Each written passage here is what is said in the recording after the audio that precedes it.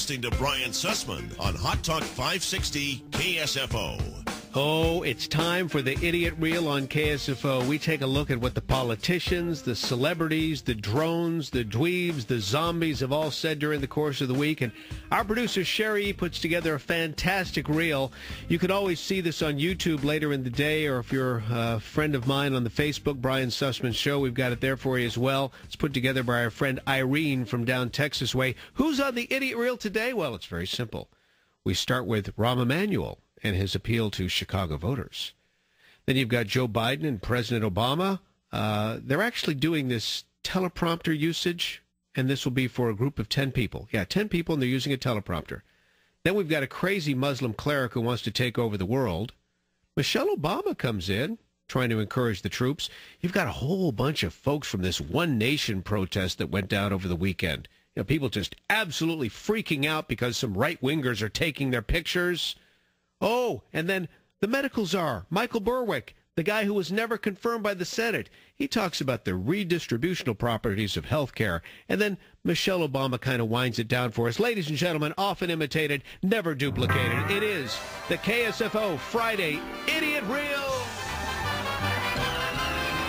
Hi, I'm Rahm Emanuel. My father came to Chicago as an immigrant from Israel. I was born here, and my wife Amy and I raised our 3 children here. I spent 6 years in Congress representing Chicago. Then President Obama asked me to serve as his chief of staff.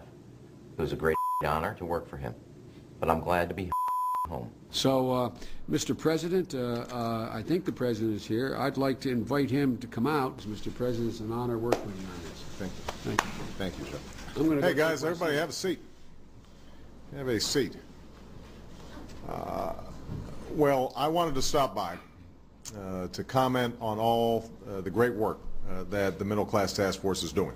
We do believe as Muslims the East and the West will one day be governed by the Sharia. Indeed, we believe that one day the flag of Islam will fly over the White House. Indeed, there's even a narration of the Prophet where he said, the day of judgment will not come until a group of my ummah conquer the White House. Ours is a complex message. The Tea Party message is pretty easy and simple and direct. Secondly, we just don't have it in our makeup or in our DNA to mislead the public. We don't go out there and talk about death panels. Change is difficult, and we're just beginning to see the results of our work. So don't stay home. Don't let frustration keep you from voting. A job is created, and it can be in a variety of ways by a variety of people. The main point about jobs in Connecticut is we can and we should create more of them by creative policies. And that's the kind of approach that I want to bring to Washington. I know about how government can help preserve jobs. There are many people who are justifying the inability to practice the Sharia to say, well, I have a different form of religion. You know, people want to claim that they're vegetarians and they're eating big beef burgers. You know, you cannot be a non-practicing vegetarian. Therefore, similarly, you know, if you're a Muslim, you submit to the Sharia. Now we got to go to the Nicki Diaz situation. What is Homeland Security ICE going to do about her? You know, I don't know the answer to that question. Shouldn't you know it, Madam Secretary? You're in charge, and this is a huge case. Shouldn't you know the answer to that question?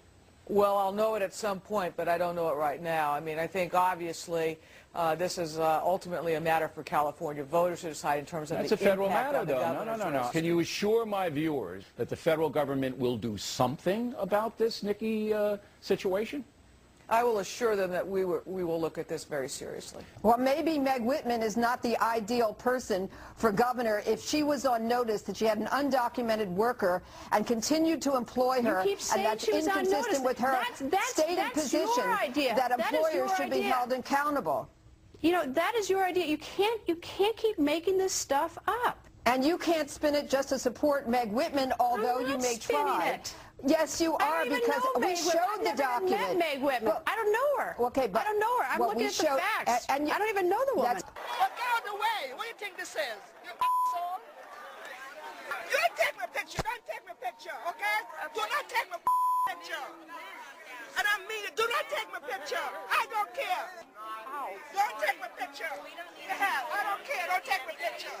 Do parents need more choice in education? What parents need is a great neighborhood school for all of their kids, and our union is there trying to get that for every single parent. I heard a little bit about the Glenn Beck rally and, you know, making a mockery of Martin Luther King. I really didn't follow it, but knowing those people, that's what it would be about. I'm just glad to be here, and I'm glad I got a free bus ride, and because I'm unemployed, I couldn't have really paid.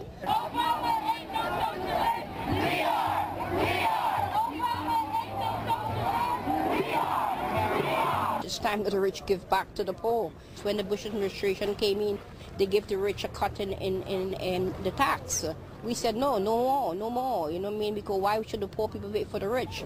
The rich has enough out there, and they should be given it back. Any health care funding plan that is just, equitable, civilized, and humane must redistribute wealth from the richer among us to the poorer and the less fortunate. Excellent health care is, by definition, redistributional. We know that we, along with every American, need to work even harder to strengthen the economy further. But we're on our way. We are well on our way. The Idiot Reel on a Friday, always a great way to just, soak in the memories, Officer Vic. You promised me you're going to work harder, Brian? We all need to work harder. Oh, yeah. But I thought the recession was over. I thought the economists all got together and they said the recession was over, okay? Yeah, it's all done.